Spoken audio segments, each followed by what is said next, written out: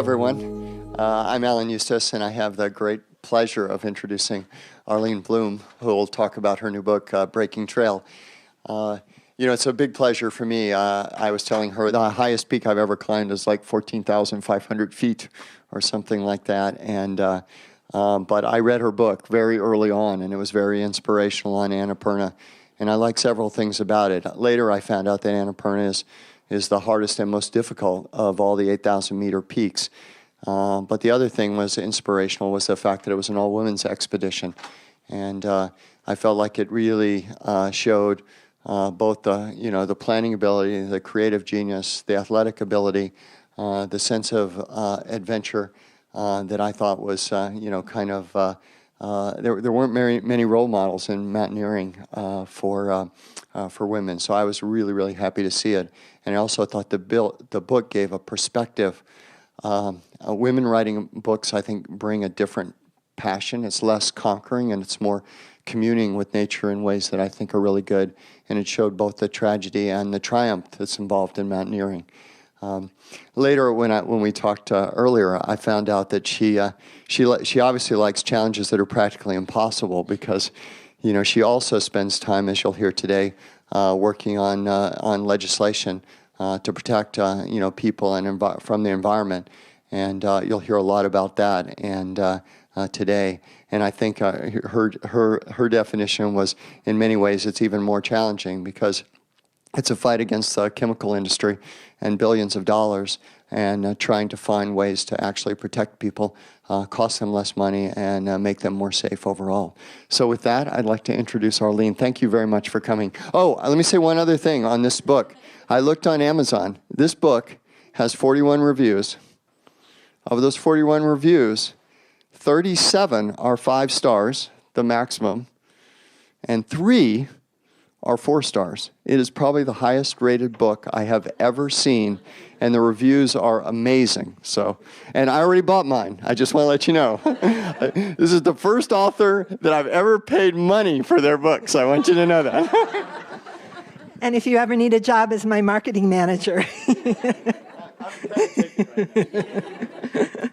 And actually, the mountain that he talked about, even though it's 14,000 feet, North Palisade is one of the more challenging and beautiful mountains I've ever climbed. So being 14,000 feet can still be quite an accomplishment. So I recommend North Palisade, right? Good mountain. Okay, so as we said today, I'm going to talk about mountains and molecules. And you might end up, we'll see at the end. How many people here came to learn about mountains? How many came to learn about molecules? Oh, okay. A lot of molecules people here. That's good.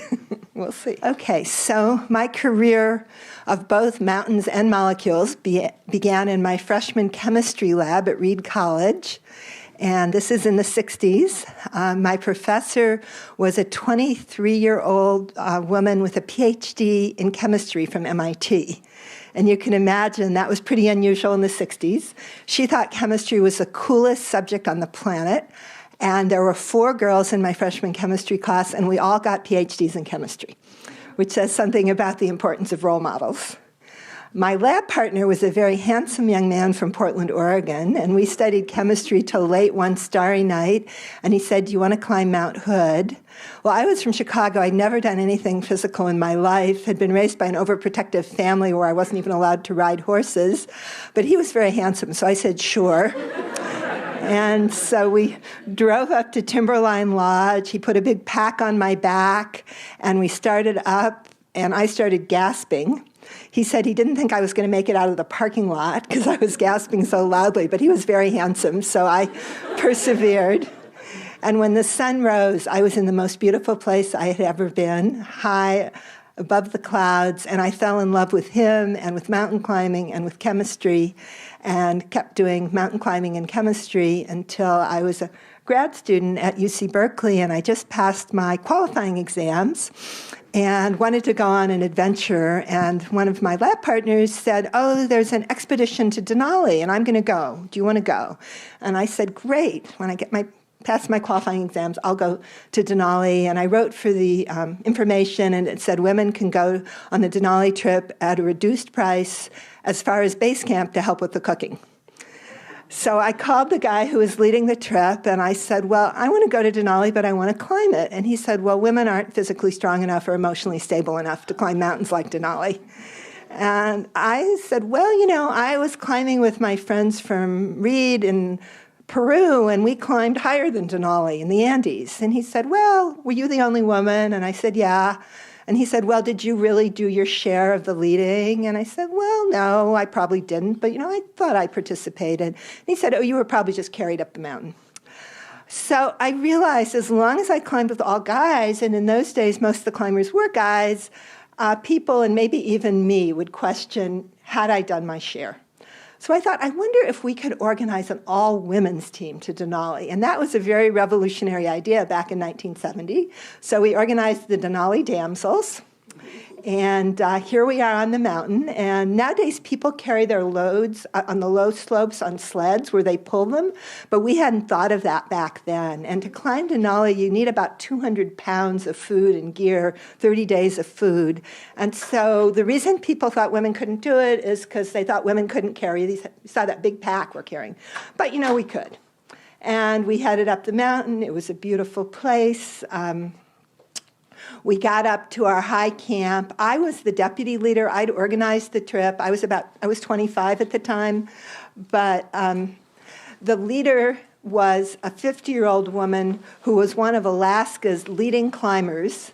But most of the peaks in Alaska aren't very high, and it turned out she had an altitude problem. So she was really strong up to about 14,000 feet, but she didn't do very well above 14. And Denali is 20,000. So we're at the high camp here at 17,000 feet. It's summit morning. She has a headache. She hadn't actually been carrying her load. She'd been feeling really badly. And I said, Grace, maybe you shouldn't go try for the summit, you know, when you have a migraine and you feel terrible. But she was really determined. And so we headed up. She was going slowly, but it was a gorgeous day. We reached the summit. And we reached the summit. She's the person slumped down to the right of the flag. She wasn't eating, drinking. We weren't so happy. You know, we were very happy because we hadn't even known if women could climb Denali. Every step of the way, it was like, gee, can we actually do this? And we did it. You know, we were on the top, but we saw thick clouds coming. We heard a big Arctic storm was forecast. And she was really ill. And so we sort of supported her down a little way. Below the summit, she collapsed unconscious. And I was now the expedition leader at age 25 with, you know, 6 people, an Arctic storm coming in, and an unconscious person near the summit of Denali. So we put her in a sleeping bag with a pack frame as a stretcher. We wrapped a climbing rope around. We kind of made a stretcher, and we hauled and lowered her down the mountain. And I think you can see the place where the summit is, the place where Grace collapsed, and then we hauled and lowered her down that slope to where it says bivy site. I can't quite see in the back. And then another woman and I stayed up with her on the bivy site, watching the clouds massing, this big storm coming in. It was getting dark. And I'll always remember that moment thinking, if the storm comes, what do we do? Do we stay here? Do we leave her? You know, it was like a horrible moment. And then, fortunately, she got a little bit better, and we were able to get her down the mountain before the storm really hit. And we're down now at 14,000 feet. You can see the amount of snow on our snowshoes. And we were going out every 3 hours to shovel the snow off the tent. But I was like a different person. That happening gave me so much more self-esteem. If you read Breaking Trail, you'll see I had a really tough childhood where I was always fed pretty negative messages and really never felt very good about myself. And I do remember a long time ago that I was sitting in that tent thinking, I'm not such a bad person. I got Grace down alive. We climbed Denali. I'm actually okay. And it really gave me a lot of confidence, you know, to have had such a challenge and to be able, you know, to have gotten her down the mountain. So by the time we flew out, I felt like I'd gone from being a 25-year-old girl from Chicago who'd climbed some mountains to a woman who could lead expeditions and dream up impossible things. So my next big adventure happened when I was back at grad school, hard at work not writing my thesis. Has anybody engaged in such an activity? So I went to the movies on North Side Theater, if any of you know it, Berkeley. and the Endless Summer was playing. It was the Beach Boys going around the world with big surfboards looking for the perfect wave. And I watched them and I thought, when I get my PhD, I want to go around the world and find the perfect mountain. And so I told my advisor, who thought this would not be good for my career as a chemist, and I said, don't worry. I was studying a molecule called transfer RNA. I'll make a flag that says tRNA, and I'll fly it on all the summits. I'll think about my research. So we planned to climb in Europe for a summer, in Africa. By going up and down across the equator, we could have 5 climbing seasons in 15 months. So it was Europe, Africa, Asia, Australia, New Zealand, back to being a chemist for the rest of my life, right? One adventure. So I'll go quickly. We missed Europe because my thesis was late, but we started in Ethiopia, where we climbed in the background the highest peak, Ras Dashan, which is 15,000 feet. And then we went to these mountains, the Ruwenzori. Would you believe you're looking at Uganda and the Congo? They're on the equator, on the Congo-Uganda border, and they're the source of the Nile. Ptolemy said a long time ago, the Nile came from snowy mountains on the equator. And the weather's so bad there that nobody hardly knew they existed, and we actually climbed about all the peaks in the Ruwenzori. Here I am on the summit at 17,000 feet on the equator, and you see my flag says tRNA. I was thinking about my research. This is Mount Kenya, which is about a 5'8" rock climb, about 18,000 feet.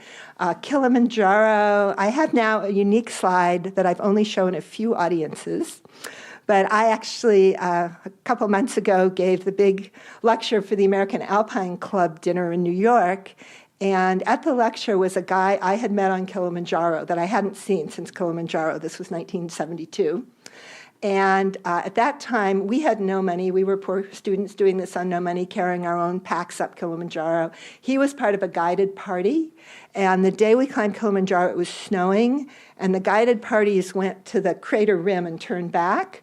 But we didn't have a guide, so we walked around the crater rim to the real summit. If anybody climbed Kilimanjaro here? Yeah, so right there's a couple miles, I think you walk up high to get from where you hit the crater to the high point. But anyway, when we were going by, I don't know how this happened, but I said something like, I think I'm going to sunbathe in my bikini on this summit. And he said, I'll give you $10 for a picture. Well, that was a lot of money for us in those days. So I hadn't seen these guys since 1972, but there he was at the Alpine Club dinner. And I was able to squirrel through all my slides quickly and add my summit picture from Kilimanjaro. It was fast. It was cold. It was a very fast picture. So he gave me the $10. It's not worth as much as it was in 1972. So we carried on to Mount Demivind, which is the highest peak in Iran. And then we went to Kashmir. So we were so lucky. We went to all these places you can't go to now. And we joined up with the local Kashmiri mountaineering and hiking club who knew about all these mountains that they'd tried to climb and never could because they didn't have the techniques and the gear, and mostly the idea of getting up at 3 in the morning when they would get up at 8 and make chapatis and not get up the mountain. And we would, get up at 3 and cook over our little primus and be up near the summit when the sun rose. Anyway, so they told us about all these mountains that had never been climbed, and then we climbed them all. So here I was at age 26 doing first ascents in the Himalayas. It was like a long way from Chicago. And I wasn't that good a technical climber, but I was like really determined. So when there was really deep snow and everybody said, the snow's too deep, let's just not bother, I would sort of break trail through the deep snow up to the face of the ice cliff where the guys who were the good ice climbers would take over. So my specialty was indeed breaking trail, plodding through snow. And as you'll hear, doing science policy is just like breaking trail. Does anyone do anything in your work where you feel like you're plodding through deep snow? So these were some peaks in Kashmir we did not climb that were really hard, but we were so lucky to be at all these places that we were practically the first Westerners. Then we went to Afghanistan and did an expedition. And again, I felt so privileged to have this wonderful time in Afghanistan at a very happy time for that country. There was a king, it was modernizing. And in fact, after September 11th, I showed this slideshow about Afghanistan, and which led to founding the Society for the Preservation of Afghan Archaeology. And, from having climbed there, have been involved with things around Afghanistan. So here I am at 20,000 feet in Afghanistan thinking about my tRNA research, right? And but this was a very memorable day. At this point, it was 1973, all the world's highest mountains of 8,000 meters or higher had been climbed by men, but no woman had ever climbed to 8,000 meters. And we were climbing a mountain that was 7,500. And there was a Polish expedition there. Here, we're heading up to the summit, and we met coming down Wanda Rutkiewicz, who went on to become the world's leading woman mountaineer. She was the first woman to climb K2, the third woman to climb Everest. But meanwhile, we were on Noshak, and she had just come down from climbing, it's like 24.5, like 7,500 meters. And I was heading up, and she gave me a big hug and said, "We will climb Annapurna together, all women." And so that moment in Afghanistan was where the idea came to climb Annapurna. Meanwhile, I did lots of other expeditions. I got my PhD. I got my PhD. I postdoced at Stanford in biochem, and alternated, climbing expeditions, research. I was studying intermediates in protein folding, and I went on an expedition in India that changed my life. And it was an easy mountain called Trisol, but it was, again, high, over 7,000 meters. It had been climbed like in 1890, very easy. And on it was Bruce Carson, who was at that time America's leading young rock climber. He had pioneered climbing the hardest faces in Yosemite without pitons. People used to drive pitons into the rock. Now Bruce pioneered putting chalk stones in that don't scar the rock, and he had led people like Yvonne Chouinard and Royal Robbins, if you know those names, up the first grade 6s ever done in the valley without pitons. And so we were on this easy mountain. I'm a slow walker. He was ahead with some of his friends. I got to the summit, and his friends said, "We think Bruce is lost." Now, I don't think I have a point. I don't have a pointer, do I? Okay, we're going to imagine. So you see those footprints on the left? Do you know what a cornice is? A cornice is where the wind blows, like you have a rocky place and the wind blows, so you can have snow over air. It's like a big wave of snow. And so Bruce got to the top with his friends. He was a very careful climber, always roped, but he unroped. He thought that point that you see there was a higher summit. And where his footprints are on the left, he went out on the point, but he was on a cornice and fell to his death. And he was... and you can see this is from the other side, that big cornice on the top. And we had no idea that there was India was very secretive in those days about maps. We had no real map. We didn't know there was a face, And so Bruce was 23, having done all this, and fell to his death. And I was really depressed. And I came back to Stanford, and I didn't really want to study protein folding. I wanted to do something for the world, for the environment, because Bruce had been an early environmentalist. Like, he did the first big cleanups in Yosemite Valley, getting rid of all the trash. He was very much... And so a guy who'd been on my PhD orals committee called Bruce Ames. Anybody here ever heard of Bruce Ames? If you're in biology. But he had something called the Ames test, where you could take a chemical, put it on a bacterial plate. If it changed the bacteria, it was likely to cause cancer. It was a cancer screening tool that was kind of revolutionary. And so I went to see him, and I said, I don't want to do protein folding anymore. It's not important. It turns out protein folding is really important, how proteins fold for lots of things. But I want to do something environmental. And he said, well, I'm kind of worried about this flame retardant in kids' pajamas. I mean, it looks like it's a carcinogen to me, and it's actually 10% of the weight of all the kids' pajamas in the country. And I think it gets inside the kids. Do you want to study that? He said, it's so practical, even the undergraduates won't. Scientists like to do theoretical things, nothing too practical. He said, nobody will look at it. Would you look at it? I was sufficiently depressed. I said, sure.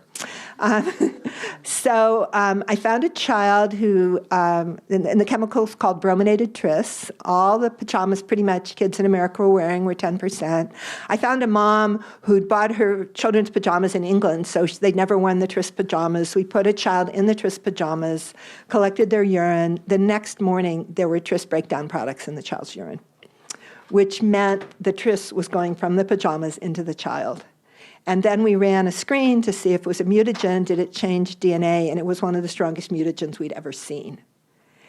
And I thought, oh my goodness, we have to write a paper, we have to alert the parents of America, this is a disaster. And then I got invited to this mountain. Do you know what mountain this is? Anybody know? Big mountain. Everest. Mount Everest. And at that point, Everest had been climbed once by Americans. 1963, and this is the 50th anniversary of the first American ascent of Everest. And if anyone's interested, I'm on the honorary committee for the 50th anniversary party, which is in Richmond, California, in the end of February. If anybody wants to go, see me afterwards. I'll give you an invitation. So there's a 50th anniversary party for Everest. So Everest was climbed by Americans in 63. This was 76, the bicentennial year. And no American woman had ever even tried Everest. And so I had this terrible choice. Did I write the paper about the cancer-causing pajamas, or did I climb Mount Everest? So how many of you would climb Mount Everest? How many of you would write the paper about the cancer-causing pajamas? So I did both. So here is our team, and we climbed in beautiful places like the Khumbu Icefall, rigged ladders. But every night I would get to camp and I would write more of my paper. And here we are in the Great Khum. And when I reached my high point, now my flag says the mutants. That petri dish has no tris, the one with only 2 colonies, and you can't see blowing in the wind the one with lots of tris, where there are lots of mutations. But I'd finished my paper. I sent it by mail runner back to Berkeley. And we did reach the summit of Everest on October 15th, 1976 for the bicentennial. And then the next January, our paper was published in Science. And I always include the title of this paper in my talks because it really says what our institute is now doing. So the subtitle, which I can't read back there, the main flame retardant in children's pajamas is a mutagen and should not be used. Now, for those of you who read scientific papers, is that an unusual title? What do all scientific papers recommend as the next steps at the end? More research. And that's pretty much all they recommend. And we went, oh my God, every kid in the country is wearing toxic pajamas. And so we really recommended that. We did media, and 3 months after the paper came out, tris was banned from kids' pajamas. So some of you might have been those kids. It was only used for a couple years, 74 and 75, or maybe those were your parents who didn't wear the tris pajamas for that long. And it made me realize that it's really important for scientists to at some point go from saying more research is needed to taking a stand and saying there is a problem here and something needs to be done about it. And so we now have the Green Science Policy Institute. Our mission is to bring the best science to policy, to change policy in the public interest. So brominated tris was banned, and when something's banned, industry likes to keep things as similar as possible. So what do you think the replacement for brominated tris was? Chlorinated tris. And so we ran more mutagenicity tests. It also changed DNA. It was also banned from kids' pajamas. But chlorinated tris turns out to be the #1 chemical in furniture and other baby products today. So anyone here have a couch from IKEA? What year did you buy it? Well, just this year. Oh, this year. Well, it's maybe not too bad. What about yours? Who knows? Okay, so if you bought your couch between 2005 and 2011, it contains chlorinated tris, all the IKEA couches, and pretty much all the couches. But basically, anyone in California who has a couch has tris or a related chemical in it. So it was banned from baby pajamas, but not from furniture. But we didn't know that back then. We thought, yay, we've solved the problem. And I thought, well, it's time to give women a chance to climb an 8,000-meter peak. You know, I'd met Vanda in Afghanistan. She said, let's climb Annapurna. It seemed like a good mountain. It was the first 8,000-meter peak ever climbed. On my way back from Everest, I got a permit for it. We put together a team who ranged in age from like 20 to 50. Actually, there is Dan. Irene's not here, is she? Dan's wife, Irene, was the first woman to climb Annapurna. Sorry if I'm embarrassing you, Dan. Anyway, so there's Irene and the rest of our team. Thank you for coming again. I'm sure Dan has seen. The later part's different, you'll see. Okay. So we're all still friends. We have reunions. We had to raise $80,000 to fund our T-shirt, our expedition, and we raised it selling these T-shirts. And if anyone wants it, you just Google Annapurna T-shirts, and you can get them from our website. So I'll quickly go through, let's see how we're doing on time, some of the beautiful pictures on Annapurna. It was one of the most gorgeous places I've ever been, but one of the most dangerous. We didn't know it then, but Annapurna has the highest fatality rate of any of the 8,000-meter peaks. It's really high precipitation, so there are these huge avalanches, really amazing steep slopes. It's considered the most difficult and the most dangerous of the 8,000-meter peaks. Not the best choice. But we persevered, broke trail, and reached the summit. There's Irene in the center. And two Sherpa teammates, two of the women on our team, two Sherpas reached the summit. We unfurled on a Nepali flag, an American flag, women's places on top flag, all held together by a Save the Whales pin. And headed down, there was a second summit attempt, and the two women on that fell to their deaths. So climbing mountains like this can be very, very dangerous. So after Annapurna, there's Irene in front of Annapurna.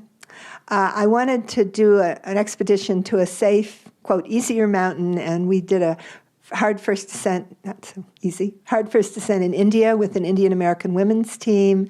We're congratulated by Indira Gandhi. I said I'd always dreamed of walking the whole length of the Himalayan mountain range. It's this thing, you know, once you get a dream or a vision in your mind, you kind of have to make it happen. So I thought, walk across the Himalayas. But the borders were closed to Westerners, but Mrs. Gandhi said she thought she could help. And we got permission, and we started in Bhutan and walked all the way across Bhutan, India, Nepal.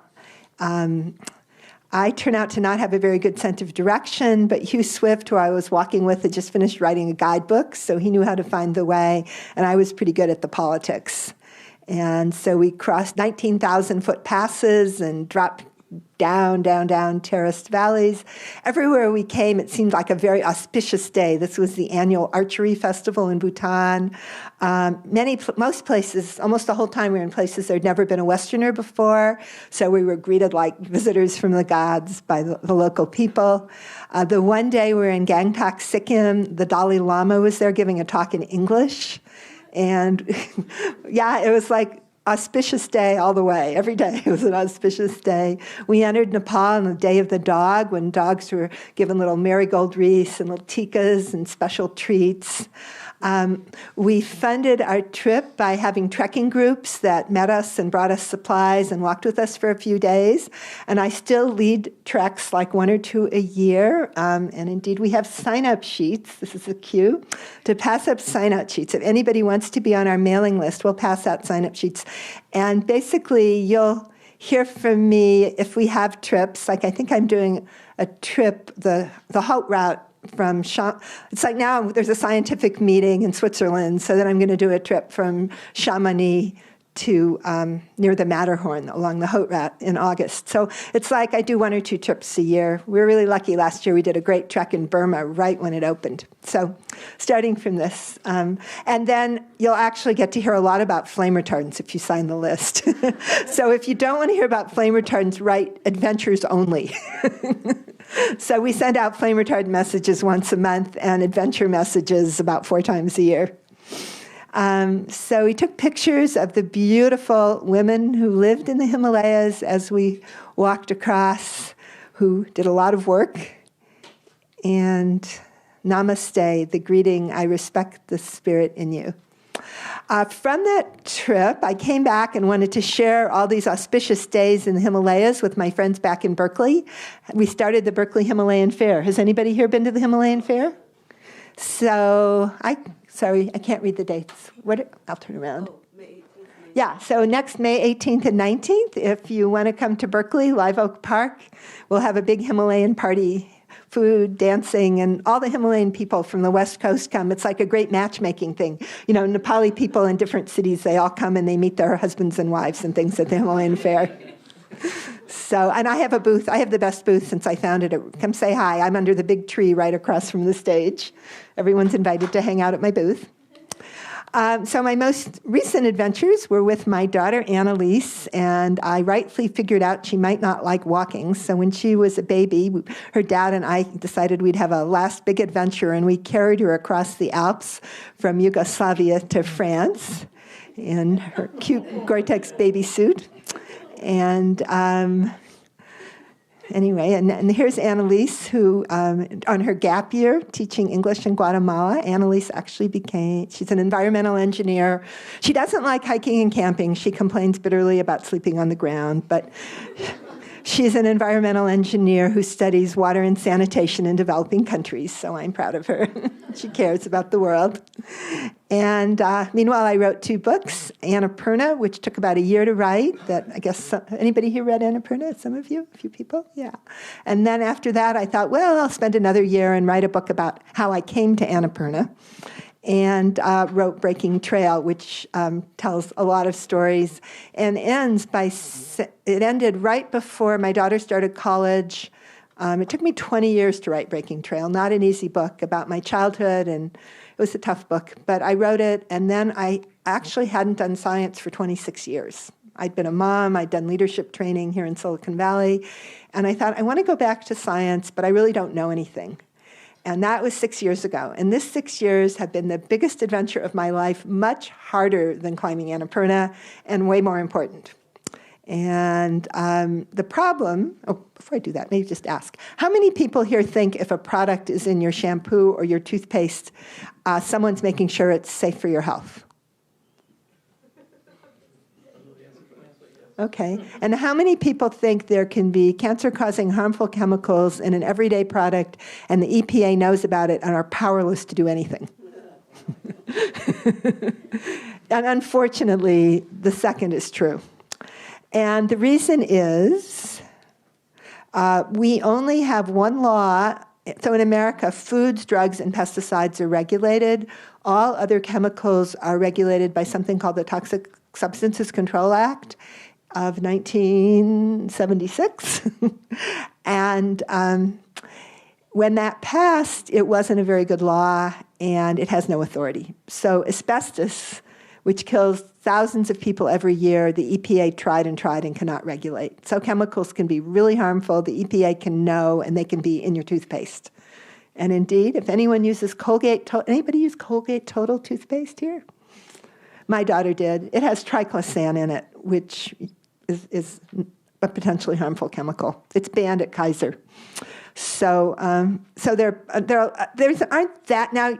There are really only a handful of these real horror stories, and we can learn these horror stories and protect ourselves. So don't get too depressed. It's not like there really aren't tens of thousands of evil chemicals out there. There's a small number, and we can say what they are, and we can be healthier.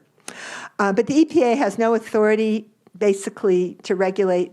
When they passed the Toxic Substances Control Act, all the chemicals then were grandfathered as being okay, and with new chemicals, they have no authority to require information. So there's no information on most of the new chemicals.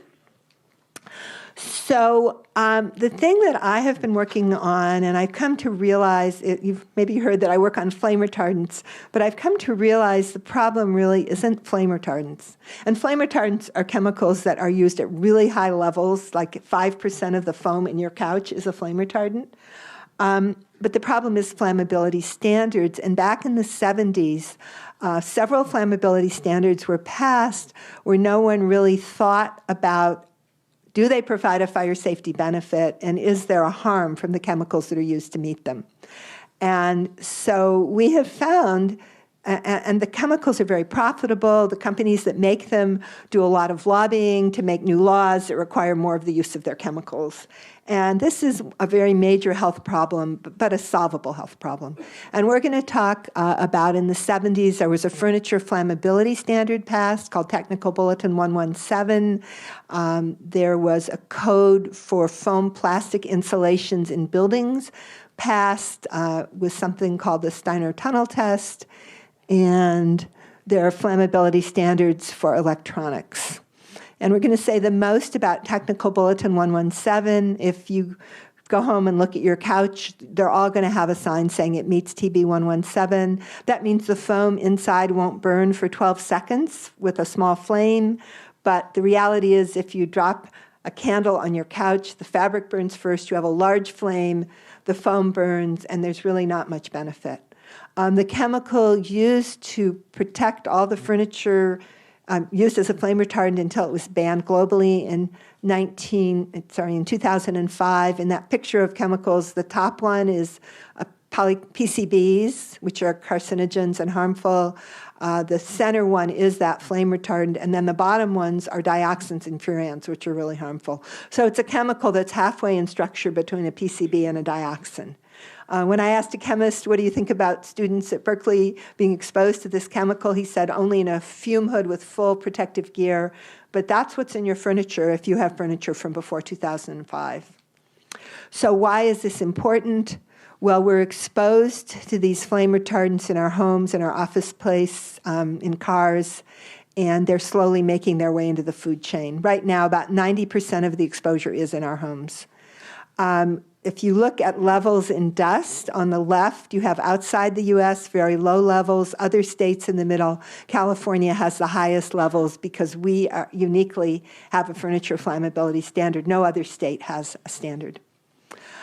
Sadly enough, toddlers have 3 times the level in their bodies compared to adults because they get their mother's level through the placenta. The chemicals are lipophilic, fat-loving, so they go into breast milk, and then toddlers crawl in the dust and put their hands in their mouths.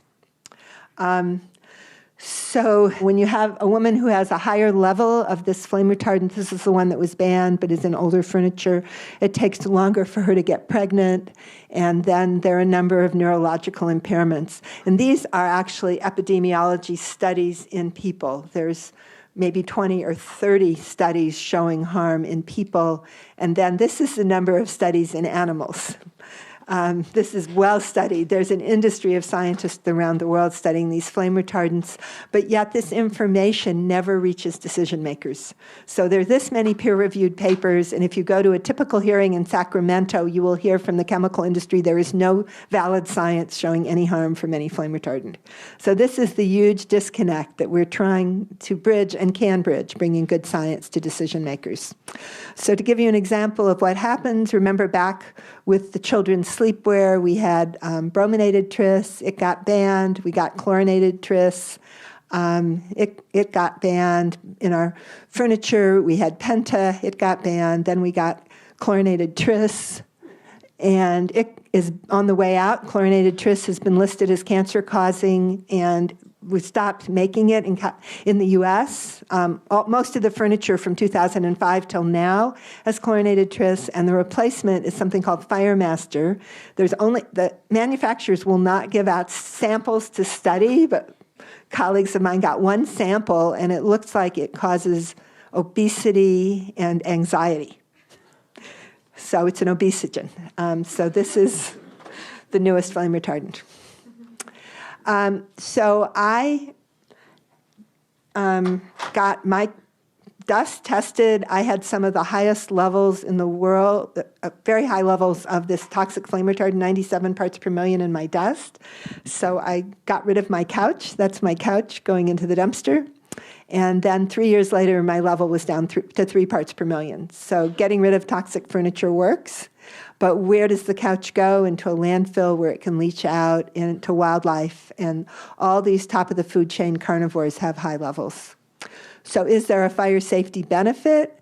And the answer is not much. If you compare the blue, the furniture without flame retardants, to the red with, you can see there's a few seconds delay in ignition, 3 seconds longer, but twice as much smoke, 5 times as much carbon monoxide, and 80 times as much soot. So that means you delay your fire 3 seconds, but you get lots more of the smoke and toxic gases.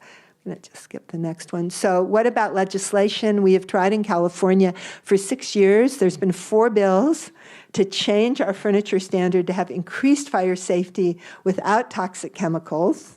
Doesn't that sound like a good idea? Who do you think might not like that idea?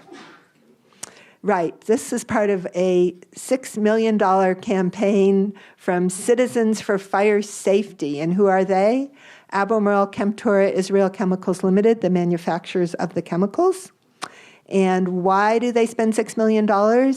Because the chemicals are so profitable. I don't think they do press releases like this anymore, now that I put them on my slides. But I found in Chemical and Engineering News, Albemarle proudly announcing a 377% increase in their profits from their sale of brominated flame retardants.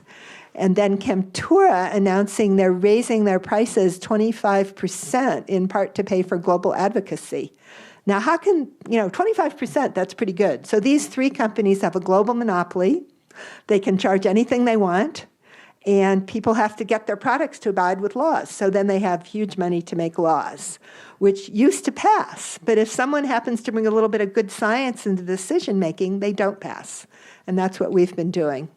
And we've had some recent help. The Chicago Tribune, if anybody wants to know all the dirt, this is one of about 20 front-page stories in the Chicago Tribune. And again, I can't quite remember it, but the subtitle, "A Deceptive Campaign by Industry Brought Toxic Flame Retardants into Our Homes and Our Bodies, and the Chemicals Don't Even Work as Promised." And this is a total front page, 4 more pages, issue after issue of the Tribune exposing the duplicity of this industry. And that's been a huge help to our science to inform policy, which led to, after 6 years of failed legislation, last May, the governor directed the state agencies to change our flammability standard to increase or maintain fire safety without toxic flame retardants. And that process is moving forward. It's a year-long process. February 1st, there'll be a public comment period. If any of you signed my mailing list, has it made it all the way around? If anyone hasn't gotten the mailing list, if you raise your hand, it might come your way. If you sign it, you will get a chance to comment in the public comment period that you might like a couch without flame retardants. And if the process moves, and it's moving well, the furniture industry, the foam industry, everybody's in favor of the change except the 3 chemical companies. So by next June, you should all be able to buy safer furniture without flame retardants, thanks to the governor. This is a paper where we looked at what was in 100 baby products, and 80% of them had toxic flame retardants at levels up to, there was a changing pad that was 12% tris by weight. It was funny, when we submit the paper, it was first turned down for not being novel enough, and then it was the top paper of the year in this journal. Had the most readers, right? Anybody with a child read the paper. And indeed, based on that, 3 baby products have been exempt from requiring the flame retardants, and when the standard passes, all the rest will be. So the chemicals will not be in our furniture or our baby products. Just to say something about building insulation, all these plastic foam insulations that make buildings energy efficient are treated with some of the worst flame retardants. There have only been 21 chemicals globally banned, which include several flame retardants, and the HBCD, which is an all polystyrene, is going to be the 22nd globally banned chemical. This is a form of tris that's used in blow-in and spray insulation. But again, you don't really need it. The insulation materials are behind fire block walls. So before you hit the insulation, you have to burn through the wall. And then at that point, the insulation doesn't make much of a difference. So we wrote a paper flame retardants in building insulation, a case for reevaluating building codes, which is free online until January 26th. If you want a copy, we got them to make it free for 2 months. But based on this paper, there's a code change proposal for the 2015 residential code that plastic foam insulations behind fire block walls or below grade will not be required to have flame retardants. And our great news was, and this was supported, these are the proponents, which is the U.S. Green Building Council, the Cancer Firefighters Organization. You can see these are all the sponsoring organizations who are sponsoring the code change. So we have a lot of great organizations. And Nancy Skinner, our local assemblywoman, to my great surprise on Monday, released AB 127 to change California law so that we are not required in our codes to have flame retardants in building insulation. So this is like great news, and her staffers said they plagiarized from our paper for their whole legislation. So this is a case directly, you write a good scientific paper, it can be used for legislation. And we're not, to have green buildings, having good water and all that, but is important. But if you're going to have flame retardants in the insulation, it's never going to be totally green. So I'm going to put in a word for our newest thing I'm planning is the Blue Mountain Toxics Reduction Retreat.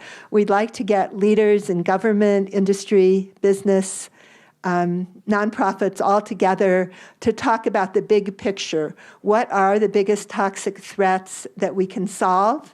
Because I think there are a handful of things like flame retardants, stain repellents, triclosan in toothpaste that are known to be harmful, things we just don't need. So it's not, how do we replace it? It's like, let's just not use it. And so I'm hoping someone from Google might attend our retreat.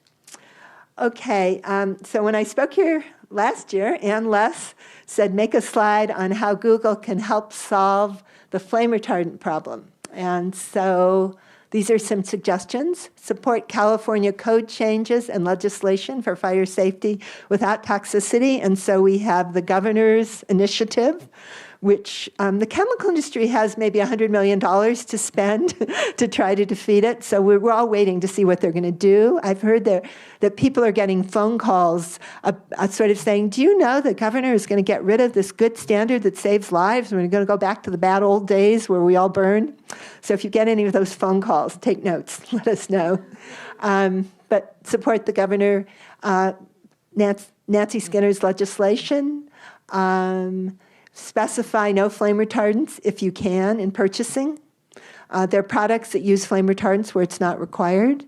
Hopefully don't use flame retardants in Google products if you can. I don't have much time, but a couple minutes. Are there other things? Okay, I'm almost done, and let's come back to what other things Google might be able to do.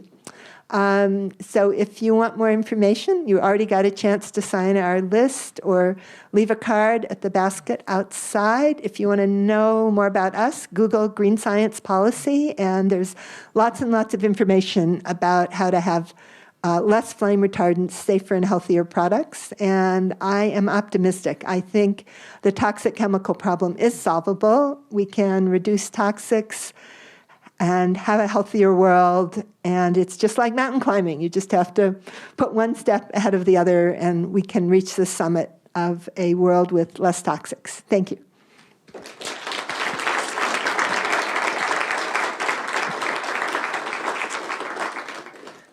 Do you have a question? Hi. I was wondering if you can talk about how you went about organizing the expeditions at the same time having, I assume a lot of work to do at school and everything to follow up on that, as well as how did you go about writing the paper without having, all of the materials and everything there? Like, how did all of that work out while being in Everest? Right, multitasking, big time. I am a hard worker. And it was hard. In graduate school, I probably slowed my progress a bit because I get pretty focused on these different climbing expeditions. But it's a good question. Somehow, when you're young, you have a lot of energy. And I think on Everest, I just, it was pretty much written. I was in the editing. I had the data all. I had the figures and the data. I just had to do a bit more and do some editing. So I didn't really write it from scratch. But in terms of planning the expeditions, was it just you didn't sleep and you just, did the planning and then going to school in the daytime? Or were there some days that you would just plan the expedition, not care about school, and then go back? How did you juggle that? The whole time I was in grad school, I would climb a lot every weekend. So I think it really cut into my climbing when I was planning an expedition. I probably did less climbing, but, I kept doing my schoolwork kind of.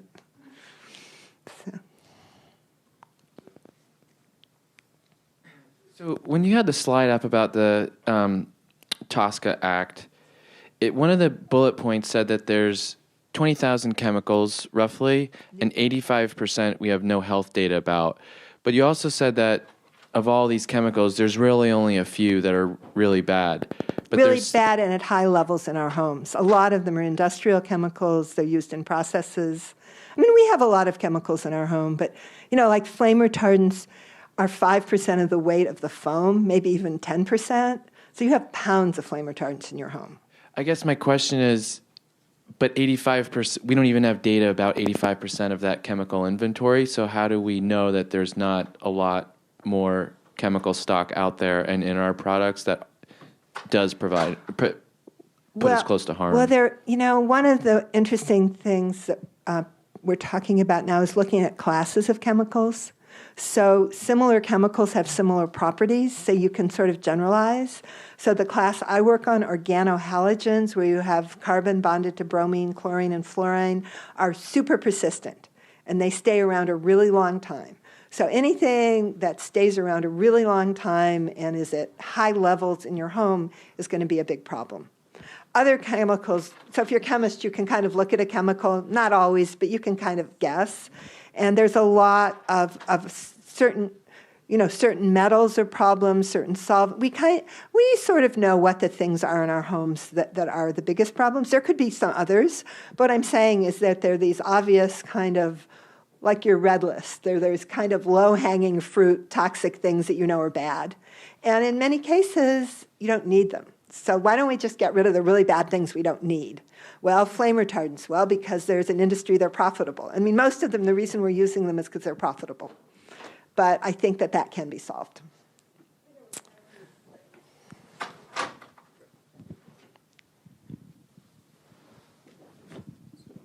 Hello?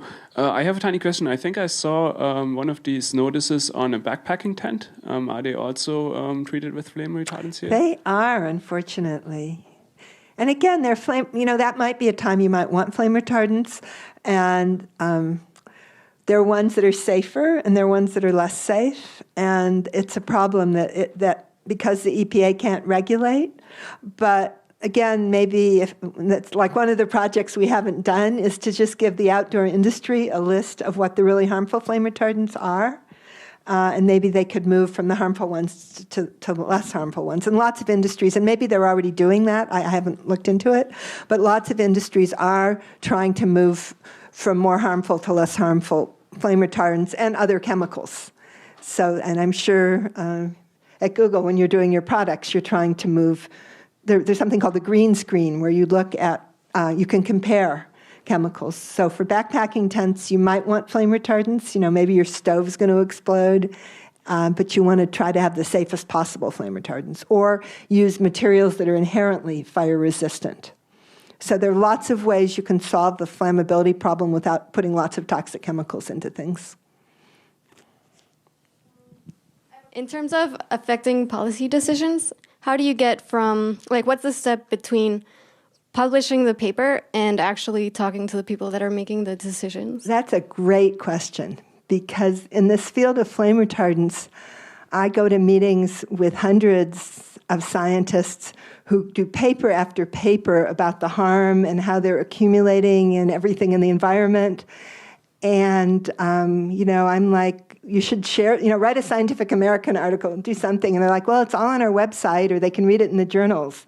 But scientists have to realize people aren't going to read it in the journals, and they're not going to go to your website. And scientists have to take the trouble to put their science in a form that's accessible. So when I've been working with epidemiologists who do studies showing harm in humans, which is big news, and if they can effectively tell the press, at least people can find out.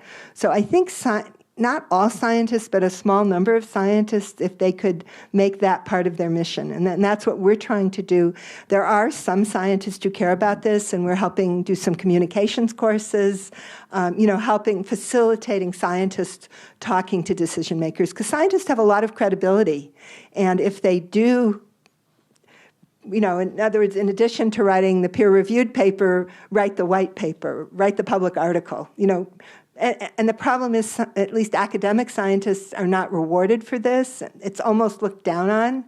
But what I think in the old days in academia, it was considered bad form to make money and bad form to do policy. Well, nowadays making money is great. and I think we have to make it so that doing policy is great too. That there's a reward system for taking your science and using it in the public interest, because scientists are paid by the public. And I think they have a responsibility to take their information and bring it to the decision makers. And it is a huge vacuum and very effective when people do. So, other questions? Yes? Well, we funded our Annapurna expedition selling those T-shirts, The Woman's Place is on Top Annapurna. The title got a lot of attention. And when we walked across the Himalayas, we funded it by having people come trekking with us and supporting it. So I think nowadays people get sponsorships from companies a lot, like the North Face and stuff have sponsored athletes. And in those days, we really didn't. So we kind of, as I said, sold T-shirts or treks. We had support treks.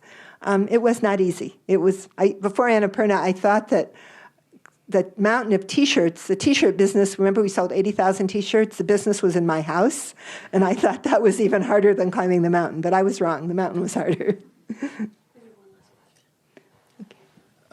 About a month ago, I read a few places, including your newsletter, about brominated vegetable oil showing up in Gatorade and a few other sodas. And I was wondering, what should we be avoiding? And also, I guess, what's being done since then to try and get those removed? Yeah, I'm glad you brought that up. That is one of the dumbest ideas around. Back in the 70s, Europe and Japan all banned brominated flood. We're like the Wild West in terms of regulation of chemicals, sadly enough. Anyway, so brominated vegetable oils are used in, but it's very specific, in certain orange sodas like orange Fanta, Mountain Dew, certain kinds of Gatorade. Just look on the label. It'll say brominated vegetable oils. And they are metabolized, stored in our fat.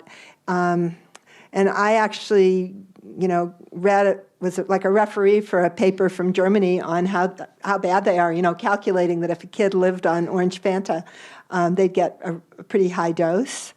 And we can't seem to regulate it. We do not have a will to regulate chemicals. And it's really sad because prevention is, the old thing, but prevention is so much cheaper. There's a limited number of really bad chemicals in our homes that end up in our bodies, and they are causing a lot of our cancer, infertility, neurological problems. And I feel like we know what they are, and they could be regulated. And I think that's an example of a really, thing that we don't need. If you're orange, it makes it look like the orange Fanta has fruit floating in it. It's kind of a density thing. They put in brominated vegetable oils. Yeah, so I actually sent out a press release about that about a year ago, and it got some media attention, but it's like nobody's business to regulate it, I guess. So you read in my newsletter. But I think people, if people knew that, orange Fanta would find something, in Germany they have orange Fanta without brominated vegetable oils. So that's the kind of perfect example of something that if we have information, we can solve, and where scientists can share that information. I have to say, I reviewed the paper, gave it high scores, and it was not published because it was not novel enough. So how science measures things is not necessary. And the people measuring it aren't measuring it in terms of public health. The analytic techniques probably weren't novel enough. So somehow there's got to be some points in paper review and in funding for things that impact public health. And they're afraid there isn't yet. So I guess last question, yeah, I was told. I was wondering, maybe is there an easy sort of cheap tool that anybody can put? I mean, I understand for different classes of chemicals, it's different things, but that anybody can put some kind of a chemical or the dust in their homes and easily measure levels of certain toxins. That would be great. Maybe someone could develop that. But, like when we did our studies we just did a study of what's in America's couches, we were using GC mass spec, which is very expensive and difficult. No, there aren't. And people want to know what's in their couch. And I say, if you live in California, you don't need to bother measuring it, but it's expensive. So no, there's no easy way. And the other part is we don't really have labeling. There's no requirement. And that's a very simple thing. And I don't know if you guys know that Google has made a huge contribution to transparency in what's in buildings. So the U.S. Green Building Council has had a big effort just to say what's in a building, like, shouldn't we know? And the American Chemical Council completely squashed it in an ugly way. And Google gave $3 million to the U.S. Green Building Council to increase transparency. Am I saying that right? Okay. And I guess some of the people in this room, thank you, were in part responsible for this. So you guys are really contributing, and it's really important. And it's just to, when someone builds a building, to be able to know what's in it and say, well, and I think the example I always give is one of the most persistent chemicals around are stain repellents, like they put on carpets. And I always think if you say to a mom, so you can have a stain repellent carpet, but when your baby crawls on it, chemicals are going to go into their body that they're going to be there for the rest of their life, and they're harmful. Or you can not have such a good stain repellent. What would a mom pick? But we're not given that information. So transparency, information, those are things we really, really should demand. And maybe they're things Google can help with. You're so into free information. So maybe that's the connection of why you gave $3 million. Really? Great. I hadn't thought about that before. But, I think with information, that's really simple. With information, we can all be healthier. So anyway, the world thanks you for that $3 million, the USGBC. Okay, well, I think we're out of time, but does anyone else have any ideas of how Google can help? That was my question in my slide, just since you're all here with information. Okay, well, send me an email if you have one, arlene@greensciencepolicy.org, and I hope some of you will be on our list and come to the Himalayan Fair, come on a trek, or write in the comment period that you want furniture without flame retardants. So thank you.